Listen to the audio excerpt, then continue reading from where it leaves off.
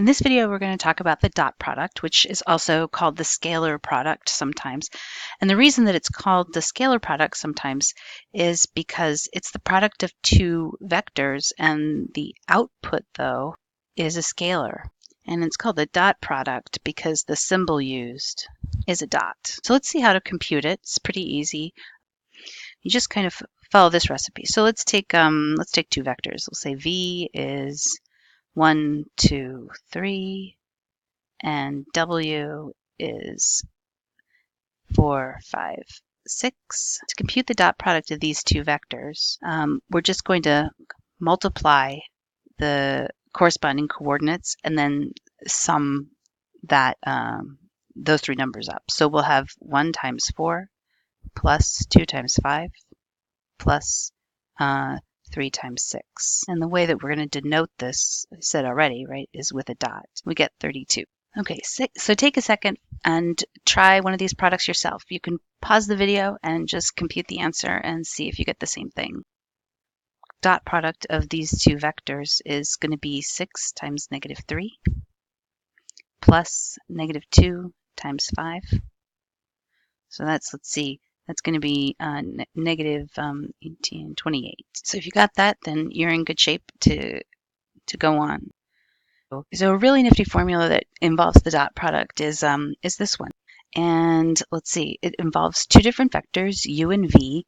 And just to remember, those things denote the magnitude of the vectors. And this theta right here is the angle between the two vectors. So what this says is that if you want to compute the dot product, and you know the lengths and the angle between the two vectors, you can do it that way. But perhaps more a more useful way to use this formula is just a step of algebra away. So we can rearrange this formula and write it this way. So we can write this as cosine theta is equal to the dot product of u and v divided by the magnitudes, the product of their magnitudes. Now this gives us a way of computing the angle between two vectors without having to use a bunch of complicated trigonometry. And that is always super nice. All we're going to have to use is one inverse cosine. So to get theta, we're going to use that inverse cosine. We can take the inverse cosine of the ratio of those two things. All right, so let's try one out, and then we'll be able to draw a picture and have a look at things. So here's a numerical example. So let's find the angle between these two vectors u and v. So u is 1, 4, and v is 2, -3. To find this angle, first we have to compute these quantities. So we need the dot product of the two vectors, and we need both of their magnitudes. So the dot product we know how to compute now. And if you work it out, you'll get -10. And the magnitudes we also know how to work out. So the magnitude of u is the square root of 17. The magnitude of v is the square root of 13. And now we can use the formula. We know that cosine of theta, I'm using the formula on the left first, the cosine of the angle that we're interested in is -10, that's the dot product, divided by the product of the square root of 17 and the square root of 13. And if you put this mess into a calculator, you'll see that this is -0.67. And then if we take the inverse cosine of -0.67, we will wind up with 2.3 radians. And if you multiply this to change it to degrees, you'll get 132 degrees. All right, so that's an easy computation. We didn't even have to draw a picture, much less any kind of triangles and work out any trig to figure out this problem. But maybe we should draw the picture just to see if this is a plausible answer. It kind of checks our work if we draw a picture. So let's see. Here are our two vectors. The angle between them, theta, is what we just computed, right? So that came out to be 132 degrees. And that certainly seems plausible just looking at this. But just imagine now that if we didn't have that formula, what it would take to compute the angle between these two. Anyway, that's how you can use that formula to find the angle between two vectors.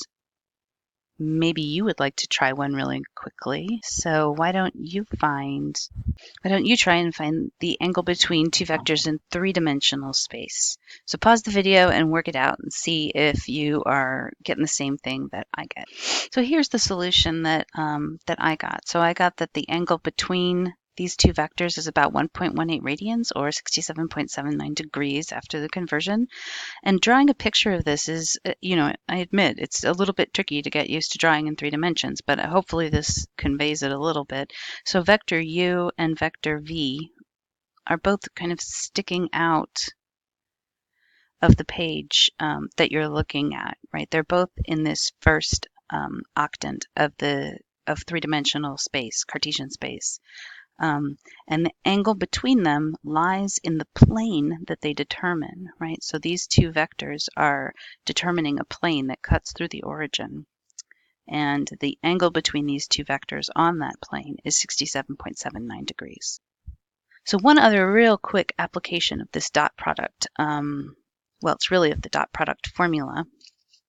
Let me just write it down again for our reference. So if two vectors are perpendicular, which we usually call orthogonal, right? So if we have two vectors that are perpendicular, then the angle between them, right, is 90 degrees. And the cosine of 90 degrees is what? I'll give you 1 second to think of it.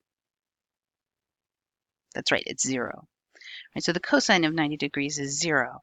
So if we look at this formula and think about what happens if the cosine of the angle between these things is 0, well, that tells us it doesn't matter what the lengths of the vectors are, the dot product is 0.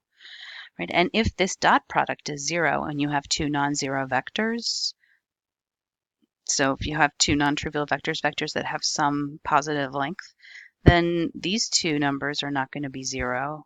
So that number has to be 0. So this is a fact that we can just observe as a special case of this formula. So two vectors have dot product equal to 0 if and only if the angle between them is 90 degrees. Nice, right? So in the next video, we'll use the dot product to compute projections from one vector onto another.